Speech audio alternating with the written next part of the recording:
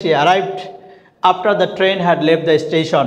আমরা পুরাটাই আমরা ব্যাখ্যা করে দিব, তবে তার আগে তোমাদেরকে জানতে হবে ফাইনাইট ভার্ব সম্পর্কে। কথা হচ্ছে কেন ফাইনাইট ভার্ব দরকার, তোমাকে ফাইনাইট ভার্বের হিসাব তো অনেক পরে, যারা ভার্বের ক্লাসটা মনোযোগ দিয়ে করে তাদের জন্য কিন্তু ইংলিশ গ্রামারে অনেক বড় বড় বিপদ আটকায় আছে। সেক্ষেত্রে তোমাদের ভার্বের ক্লাসটা অনেক মনোযোগ দিয়ে করতে হবে। যারা এখনও করেনি তারা কিন্তু করতে পারি, বিভিন্ন অনলাইনেও দেওয়া আছে। আর যদি আমাদের অনলাইন কোর্সে তোমরা যুক্ত হতে চাও তাহলে আমাদের কমেন্ট সেকশনে জানাতে পারো বা আমাদের স্ক্রিনে দেওয়া নাম্বারে তোমরা যোগাযোগ করতে পারো। দেখি এখানে দেয়া আছে যে আমাদের সে arrived after the train had left the station. এখানে কিন্তু ফাইনাইট ভার্ব আছে এখানে দুইটা। কেন আছে আমি তোমাদেরকে পরে ব্যাখ্যা করে দিচ্ছি। এখানে এটা একটা ফাইনাইট ভার্ব। একটা বাক্যে যদি 100 ফাইনাইট ভার্ব থাকে তাহলে সেখানে 100টা সেন্টেন্স আছে, খেয়াল রাখতে হবে। এখানে একটা ফাইনাইট ভার্ব আছে, এখানে একটা ফাইনাইট ভার্ব আছে, তার মানে দুইটা বাক্য আছে এখানে। এখন খেয়াল রাখতে হবে যে ফাইনাইট ভার্বটা কি, এইটাই তো স্যার আমি চিনতে পারিনি। তোমাদেরকে একটু মনোযোগ দিয়ে বুঝতে হবে। ফাইনাইট ভার্ব বইয়ে অনেকভাবে দেওয়া আছে। আমি আমার সহজভাবে যদি উপস্থাপন করতে চাই তাহলে ফাইনাইট ভার্ব হচ্ছে সেটা যার দ্বারা টেন্স চেনা যায়, যেটা দ্বারা টেন্স চেনা যাবে সেটা ফাইনাইট ভার্ব। ফাইনাইট ভার্বে ইন ডিটেলস আমরা ক্লাস দিব ইনশাআল্লাহ। তো এখানে দেখি যেহেতু এটা দ্বারা টেন্স চেনা যাচ্ছে পাস্ট টেন্সে আছে এবং এটা দ্বারাও চেনা যাচ্ছে এটা পাস্ট টেন্সে আছে, দ্যাট ইজ হয় এটা কি হচ্ছে আমাদের ফাইনাইট ভার্ব। তো ফাইনাইট ভার্ব যদি থাকে, দেখো এখানে কিন্তু পুরাটাই একটা বাক্য। এখানে এই যে স্টেশন পর্যন্ত পুরাটাই একটা বাক্য। একটা বাক্যের ভিতরে দুইটা ফাইনাইট ভার্ব আছে, তার মানে কি হচ্ছে দুইটা ক্লোজ আছে এখানে। এটা একটা ক্লোজ, এটা একটা ক্লোজ, এবং the train had left the station, এটা একটা ক্লোজ।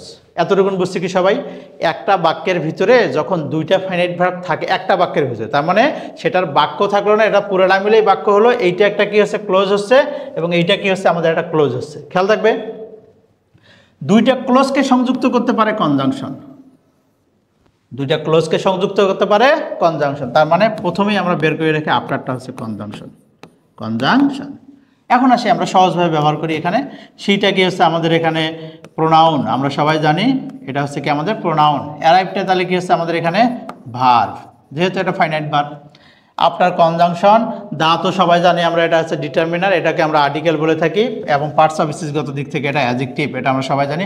আর্টিকেলের পরে দেখো একটা ওয়ার্ড আছে, এগুলেন কেন নয়, এটা হচ্ছে ভার্ব। তার মানে আর্টিকেলের পরে কয়টা ওয়ার্ড আছে এখানে? আর্টিকেলের পরে একটা ওয়ার্ড আছে, তার এটা কি হচ্ছে আমাদের নাউন হবে। হ্যাড কি আছে? হ্যাড লেফট, এটা তো ফাইনাইট ভার্ব, এটা হচ্ছে আমাদের কি ভার্ব। এখানে লেফটটা কি হচ্ছে আমাদের ভার্ব। এই দুইটাকে মিলেই আমরা কি বলে থাকি? ভার্ব ফ্রেজ বলে থাকি, ভার্ব ফ্রেজ। এটাকে আমরা ফাইনাইট ভার্ব বলবো, এটাকে আমরা নন ফাইনাইট ভার্ব বলবো। আর্টিকেলের পরে দেখো এখানে আর্টিকেল আছে, আর্টিকেলের পরে স্টেশন, এটা তাহলে আর্টিকেলের পরে একটা ওয়ার্ড, তাহলে সেটা কি হচ্ছে নাউন হবে।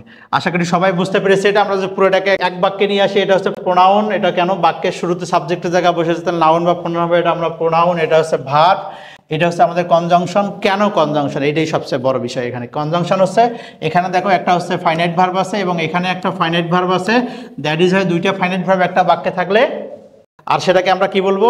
এটাকে আমরা বলবো ক্লোজ বলবো। এটা একটা ক্লোজ, এটা একটা ক্লোজ, দুইটা ক্লোজকে সংযুক্ত করতে পারে কনজাংশন। আশা করি এই জায়গাটা একদম মনোযোগ দিয়ে বুঝতে পেরেছো তোমরা। এবং পরেরটা কি হচ্ছে আর্টিকেল, আর্টিকেলের পরে এটা হচ্ছে একটা ওয়ার্ড আছে নাউন, এটাকে আমরা দুইটা এখানে দেখো ভার্ব আছে, দুইটা ভার্বকে আমরা এক জায়গায় কি বলে ভার্ব ফ্রেজ বলে থাকি। এটাকে আমরা ফাইনাইট ভার্ব, এটাকে আমরা নন ফাইনাইট ভার্ব বলবো। এখানে আর্টিকেল, আর্টিকেলের পরে একটা ওয়ার্ড আছে নাউন, তাছাড়া কোনো ওয়ার্ডের সঙ্গে TION, SION, হুড, ডম এগুলো যদি থাকে তাহলে সেটা কি হচ্ছে আমাদের নাউন হয়। আশা করি আজকের যে ক্লাসটা আছে সেটা তোমরা অবশ্যই এই যে আমাদের যে উত্তরগুলো দেওয়া সেটাকে বাদ দিয়ে তুমি নিজে নিজে যদি খাতায় প্র্যাকটিস করো, অবশ্যই তুমি এক সময় শিক্ষকের মতোই ব্যাখ্যা করতে পারবে। সবাই ভালো থাকো, সুস্থ থাকো, সবার জন্য শুভকামনা থাকলো। আল্লাহ হাফেজ। ভর্তি হতে ভিজিট করুন www.online.rcctube.com অথবা কল করুন 09613 662 000 এই নাম্বারে।